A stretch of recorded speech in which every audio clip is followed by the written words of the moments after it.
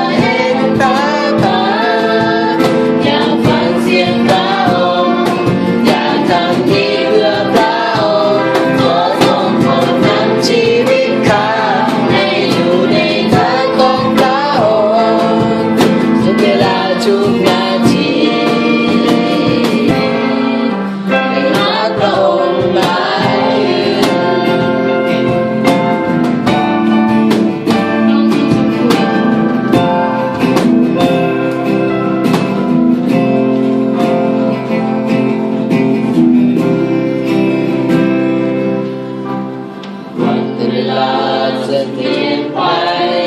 เรามองเปลี่ยนแปลงมีพระองค์ที่เมตตาอยู่เสมอไม่ว่าจะหวั่นไหวเรายังเหมือนเดิมเห็นชะตาของเราอยู่เรื่อยไปพระองค์ทรงสมควรที่จะการสรรเสริญพระองค์ทรงสมควรที่จะรับการโมทนาเพราะพระองค์แสนดีและมีใครจะเหมือนพระองค์ทรงสมควรที่จะรับการสรรเสริญจะแพ้เขาเราได้นอนเสื่อมเย็นเป็นจะเจอเป็นคนที่เสมอมันไม่คืนที่แสนหนาวเราอยู่ข้างเราเป็นพระเจ้าของเราอยู่เรื่อยไปพระองค์ทรงสมควรที่จะหาการสรรเสริญพระองค์ทรงสมควรที่จะหาการโมทนาเพราะพระองค์แสนดีและไม่มีใครจะเหมือนพระองค์ทรงสมควรที่จะหาการสรรเสริญ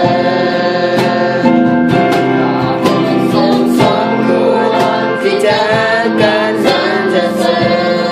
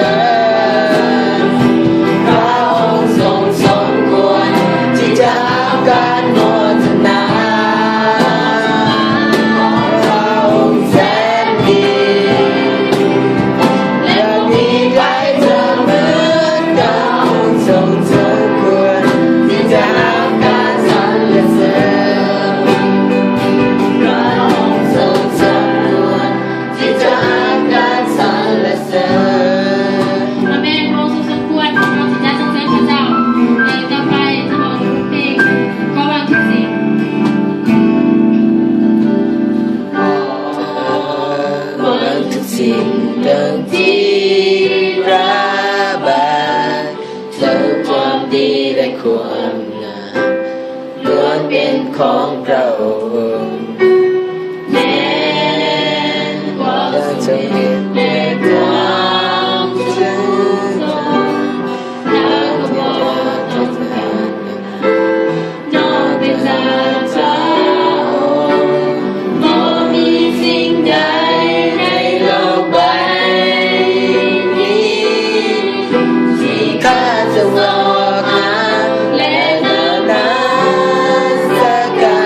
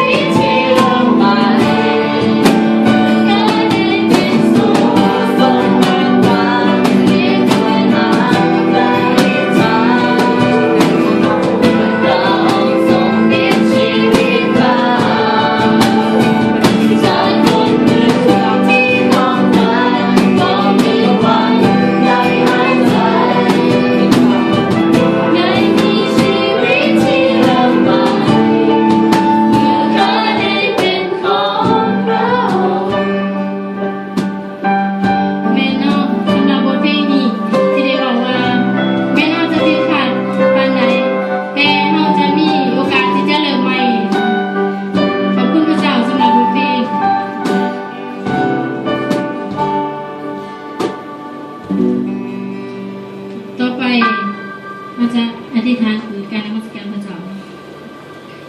ให้พี่น้องร่วมใจกันสรรเสริญพระเจ้าพระบิดาขอบคุณสำหรับชีวิตดวงใจขอบคุณสำหรับทุกสิ่งทุกอย่างพระเจ้าค่ะที่พระองค์ทรงให้โอกาสเวลาให้ลูกได้ร่วมใจกันนมัสการพระเจ้าและสำหรับบทเพลงที่ผู้ดูได้ถวายแก่พระเจ้านั้นขอพระเจ้าได้รับเกียรติทุกอย่างสำหรับทุกสิ่งทุกอย่างที่ผู้ดูผิดพลาดไปขอพระเจ้าทรงโปรดสำราญอยู่ถึงดวงไฟด้วยพระเจ้าค่ะไม่ได้บทเพลงที่พระเจ้าทรงบอกนั้นพระเจ้าค่ะสำหรับโอกาสเวลาต่อไปขอพระองค์ทรงนำพาด้วยจึงอธิษฐานในพระนามพระเยซูคริสต์เจ้าอาเมนขอเชิญพี่น้องทุกคนนั่ง